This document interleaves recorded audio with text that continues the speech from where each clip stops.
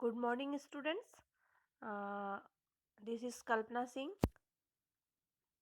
on the stage RITT. एक बार फिर से YouTube चैनल पर आप सभी का स्वागत है। आप हमारे YouTube चैनल को लाइक एंड सब्सक्राइब करिए और साथ ही साथ बेल आइकन को भी प्रेस करिए, ठीक है। तो चलिए देखते हैं। आज हम लोग पिछली कक्षाओं में हम लोगों ने पढ़ा था शैक्षिक नियोजन का अर्थ एवं परिभाषा, ठीक है। तो यहाँ पे देखिए, शैक्षिक नियोजन के उद्देश्य, प्रकृति तथा विशेषताएं, फिर देखिए, और आवश्यकता और उसके विभिन्न सिद्धांत, ठीक है। तो ये सिद्ध इसके बारे में आज हम लोग देखेंगे। तो सबसे पहले अब हम लोग देखेंगे ये शैक्षिक नियोजन की प्रकृति या विशेषताएं। ये हमारा पॉइंट है, शैक्षिक नियोजन की प्रकृति या विशेषताएं। तो इसमें सबसे पहला है, देखिए, शैक्षिक नियोजन की प्रकृति विशेषताओं को हम कुछ इस तरह से समझ सकते हैं। सबसे पहला है, देखिए, शैक्षिक नियोजन दीर्घकालीन होता है, यानी कि जो हमारा शिक्षा के प्रति जो हम नियोजन या प्लानिंग करते हैं वो क्या होता है, दीर्घकालीन होता है, अत्यधिक समय के लिए होता है। इसमें योजना 5 वर्ष के लिए, 10 वर्ष के लिए, 20 वर्ष के लिए या उससे भी अधिक समय के लिए बनाई जाती है, ठीक है। अब दूसरा पॉइंट हम लोग देखते हैं। ये देखिए, दूसरा पॉइंट, दीर्घकालीन होने के कारण इसके परिणाम 15-20 वर्ष के बाद ही हमें प्राप्त होते हैं, क्योंकि हमारे प्लानिंग कितने कैसा है, दीर्घकालीन है। 5 साल के लिए है, 10 साल के लिए है, 3 साल के लिए है। तो क्या हुआ, हमारा जो परिणाम है वह भी इतना समय के बाद ही प्राप्त होगा। अब अगला पॉइंट है हमारा तीसरा पॉइंट, शैक्षिक नियोजन एक सतत प्रक्रिया है। एक बार प्रारंभ होने के बाद यह लगातार चलता रहता है, ठीक है। अब नंबर 4 है, यहाँ पे साफ नहीं दिख रहा है, तो हम यहाँ पे देखते हैं नंबर 4, शैक्षिक नियोजन एक संस्थागत, राज्य स्तरीय या राष्ट्र स्तरीय हो सकता है, ठीक है।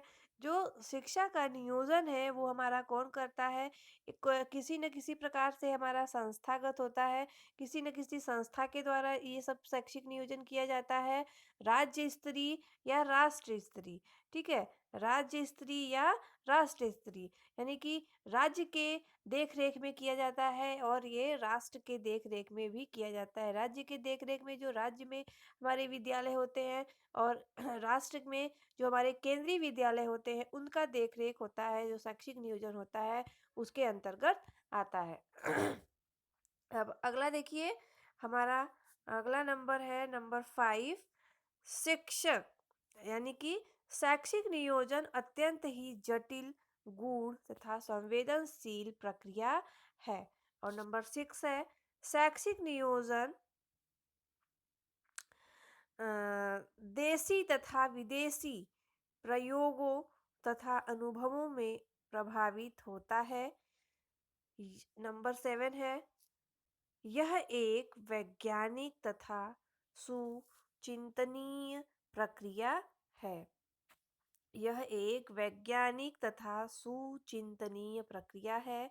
नंबर 8 है, शैक्षिक नियोजन वैज्ञानिक भी होता है तथा इसमें अनुसंधानों के परिणामों का सावधानीपूर्वक अध्ययन करके उनका प्रयोग शैक्षिक नियोजन में किया जा सकता है। और नंबर 9 है हमारा, शैक्षिक नियोजन संपूर्ण राष्ट्रीय विकास कार्यक्रम का एक पूर्णांकीय भाग है।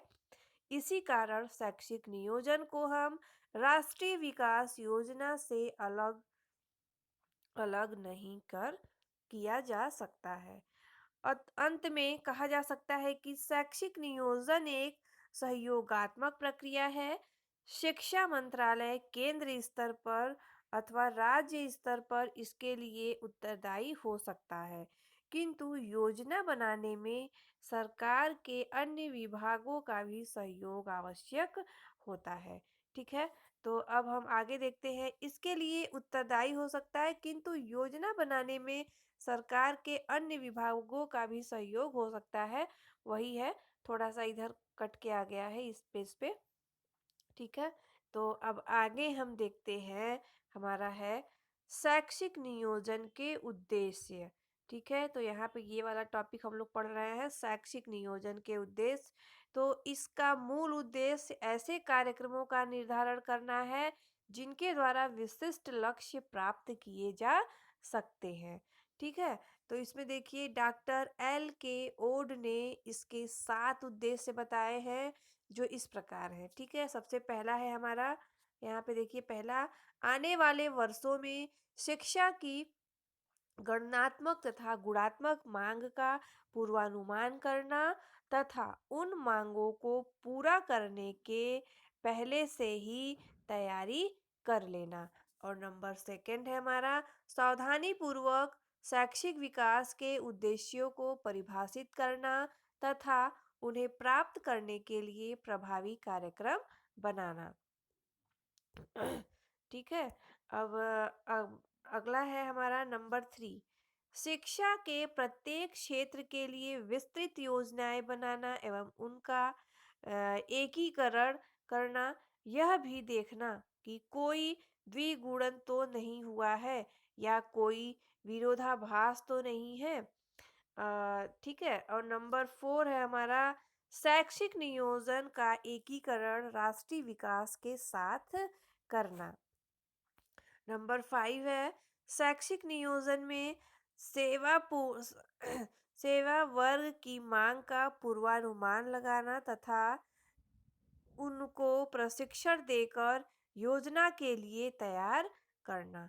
नंबर 6 है, शैक्षिक प्रक्रिया के विकास किन किन साधनों की आवश्यकता है उनका अनुमान लगाना और जनमत को उसकी आवश्यकता तथा उनको प्राप्त करने के उपयोगों के संबंध में शिक्षित करना ही शैक्षिक नियोजन का उद्देश्य माना गया है।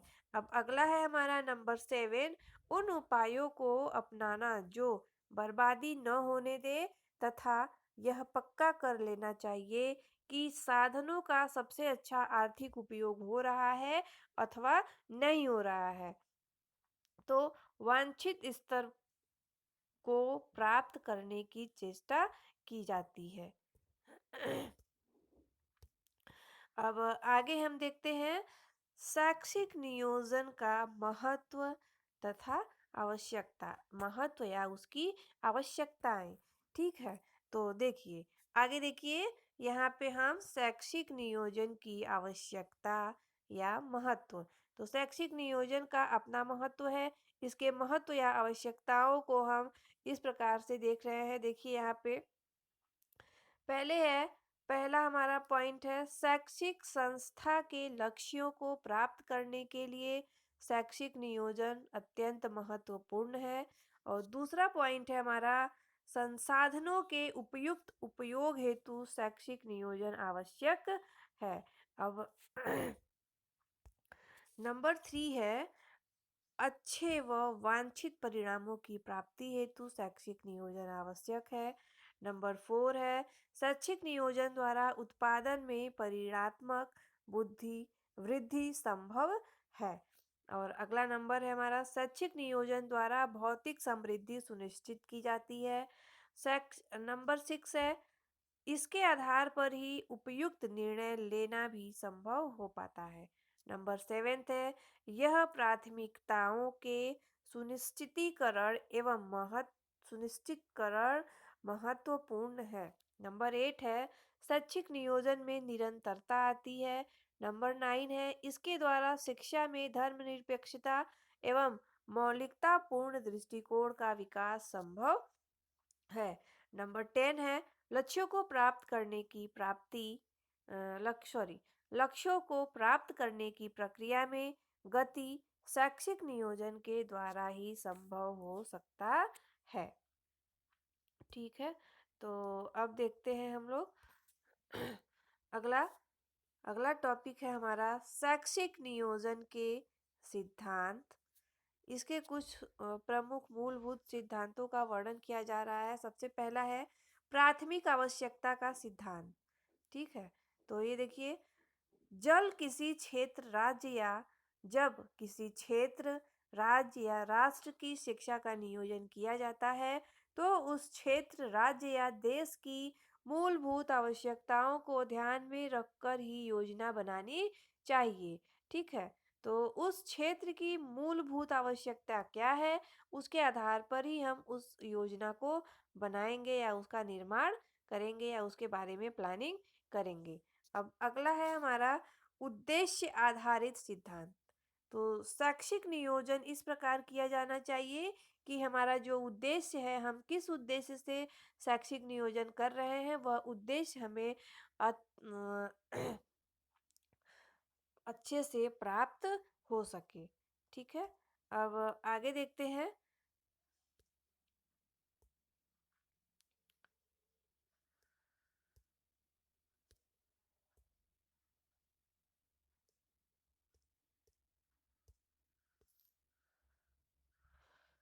अगला है हमारा वरीयता निर्धारण का सिद्धांत। ठीक है, वरीयता निर्धारण का सिद्धांत। तो देखिए, शैक्षिक नियोजन द्वारा किन उद्देश्यों की प्राप्ति को वरीयता तथा प्राथमिकता दी जाए, यह निर्धारित करने की आवश्यकता होती है। शैक्षिक नियोजन के द्वारा हम किस उद्देश्य, हमारे कई प्रकार के उद्देश्य होते हैं, तो हम किस उद्देश्य को वरीयता यानी कि प्राथमिकता दे रहे हैं, उसका निर्धारण करने की आवश्यकता होती है। और अगला नंबर 4 है विकल्पों के निर्धारण का सिद्धांत। तो देखिए, इसमें शैक्षिक नियोजन के समय ही विकल्पों का निर्धारण किया जाता है। हम निर्धारण करते हैं कि यदि एक उद्देश्य किन्हीं कारणों से प्राप्त नहीं कर पाए, तो उनके स्थान पर अन्य विकल्प क्या होंगे। ठीक है, विकल्पों का निर्धारण।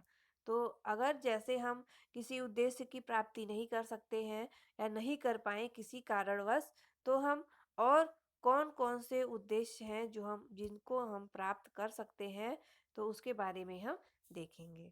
अब अगला है हमारा नंबर 5 वास्तविकता का सिद्धांत।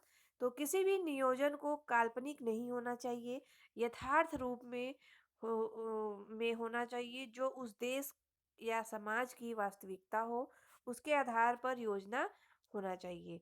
वास्तविकता का सिद्धांत, इसमें मतलब जो भी होना चाहिए भौतिक रूप से होना चाहिए, वास्तविक काल्पनिक नहीं होना चाहिए। यानी कि आप सोच रहे हैं, बस सोच सोच रहे हैं, कोई कार्य नहीं हो रहा है। सिर्फ सोचने से नहीं होता है, इसके लिए कार्य भी करना पड़ता है।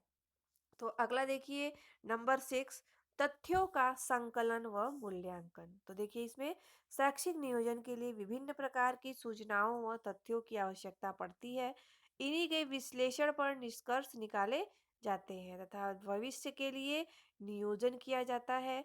उसके साथ ही शैक्षिक नियोजन के समय ही यह निश्चित कर लेना चाहिए कि शैक्षिक नियोजन के परिणाम प्राप्त उपलब्धियों का मूल्यांकन किस प्रकार होगा।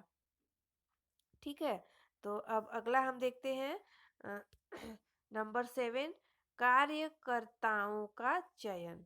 कार्यकर्ताओं का चयन, तो शैक्षिक नियोजन के समय ही यह निर्धारित कर लेना होगा कि इसके कार्यक्रमों को संपन्न करते हुए कितने तथा किस प्रकार के कार्यकर्ताओं की आवश्यकता पड़ेगी। ठीक है, अब अगला है नंबर 8 उपलब्ध संसाधनों का अध्ययन। तो योजना को पूरा करने के लिए अनेक मानवीय व भौतिक संसाधनों की आवश्यकता पड़ती है। शैक्षिक नियोजन के समय ऐसे कितने साधन उपलब्ध हैं और कितनों की आवश्यकता होगी आदि तथ्यों का निर्धारण कर लेना उपयुक्त होता है। नंबर 9 है संसाधनों का दोहन का सिद्धांत। तो शैक्षिक नियोजन के साथ ही उपलब्ध संसाधनों के उचित संदोहन की भी व्यवस्था होनी चाहिए। अवधि निर्धारण, तो शैक्षिक नियोजन के समय यह भी निर्धारित कर लेना चाहिए कि नियोजन के विभिन्न पहलुओं तथा संपूर्ण योजना पर कितना समय दिया जाएगा या कितने समय में हमारा पूरा होगा। जैसे हम पीछे देखें ना, दीर्घकालीन योजना है, तो हमारा कितने समय के लिए दीर्घकालीन योजना है। तो इस तरह से हमने देखा, शैक्षिक नियोजन के उद्देश्य के बारे में चर्चा की, प्रकृति या विशेषताएं तथा सिद्धांतों के बारे में चर्चा की। आई होप आप सभी को ये वीडियो अच्छा लगा होगा।